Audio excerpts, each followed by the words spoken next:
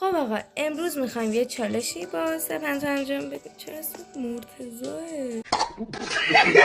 خب چالش اینطوریه که کلی بلاک آبی صورتی اینجاست و من یکی رو انتخاب میکنم، زیر همین بلاک خالی زیرش لاوا میذارم، یعنی یکی رو به عنوان سمی انتخاب میکنم.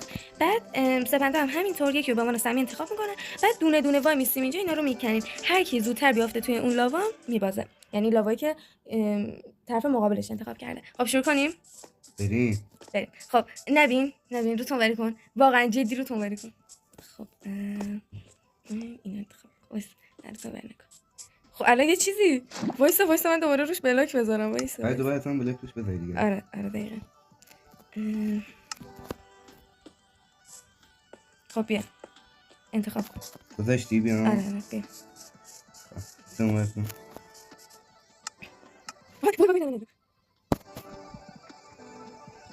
خب اوکی.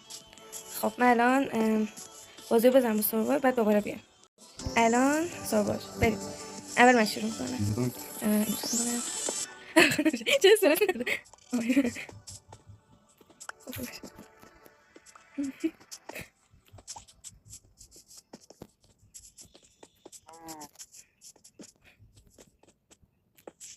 چرا بازی هنگه؟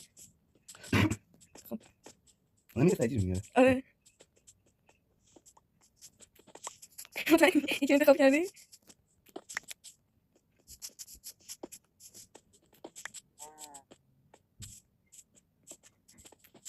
ای بابا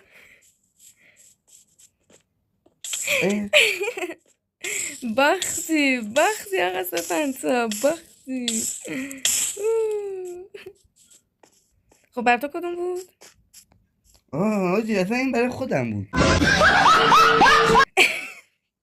این برای من بود. دوتا بغل همه این برای من بود. چرا تو خودت پریدی؟ حواسم نبود کدوم. اوکی